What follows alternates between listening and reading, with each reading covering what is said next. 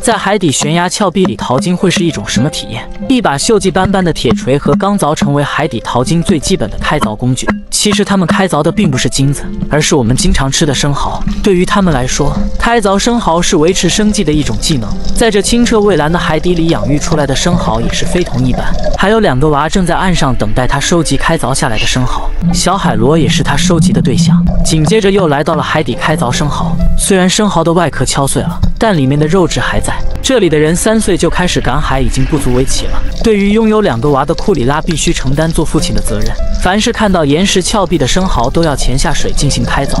依附在岩石峭壁的生蚝外壳跟岩石峭壁颜色已经融为一体，想要从中发现它也是一件非常困难的事情。但对于拥有30年赶海经验、33岁的库里拉来说，如同手到擒来，轻而易举的事。在锤子的敲打下，一些附着力太强的生蚝只能接受被敲碎的命运。虽然外壳被敲碎，里面的肉质才是他们所向往的。库里拉的游泳和潜水技术也是非常的精湛，凡是被库里拉看到的生蚝都无法逃过锤子的敲打。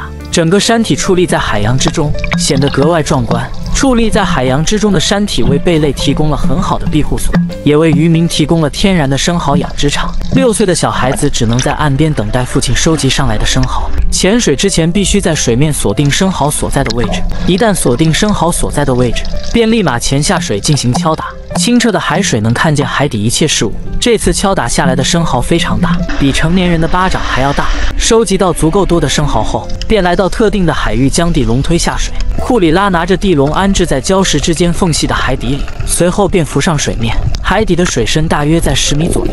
现在要准备地笼所需要的鱼肉，生蚝肉正是用来作为地笼的诱饵。在菲律宾，这些美味的生蚝贝类只配当诱饵，挖出来的生蚝肉都会集中放在眼罩里。生蚝的腥味也是非常诱人，看着这些生蚝肉，嘴角上的眼泪已经忍不住流了下来。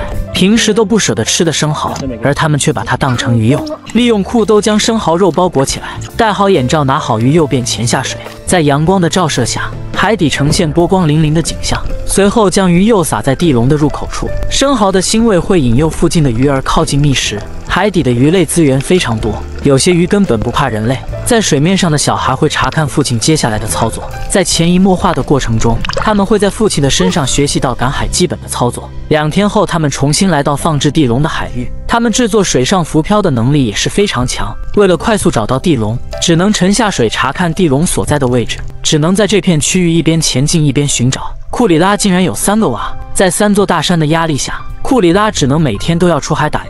锁定鱼笼所在的位置后，便立马潜下水。海底不仅风景如画，鱼类资源也是非常的丰富。从笼子的网格可以看到，有成群的小鱼被困在里面。这些小鱼将会成为库里拉一大家人的经济来源。仔细看，里面还有一条斑马狗头。查看到足够多的渔获后，便浮上水，告诉几个娃有很多的渔获。最小的娃竟然拍起了手掌，露出灿烂的笑容，也代表了接下来就不用饿肚子。将浮漂拉到地笼最上方处，就继续潜下水，提着地笼就缓慢地浮出水面。从地笼底部还看到一条老鼠斑，将浮漂和地笼一同拖到浅滩的岸边上，解开地笼的出口处，就可以将里面的渔获拿出来。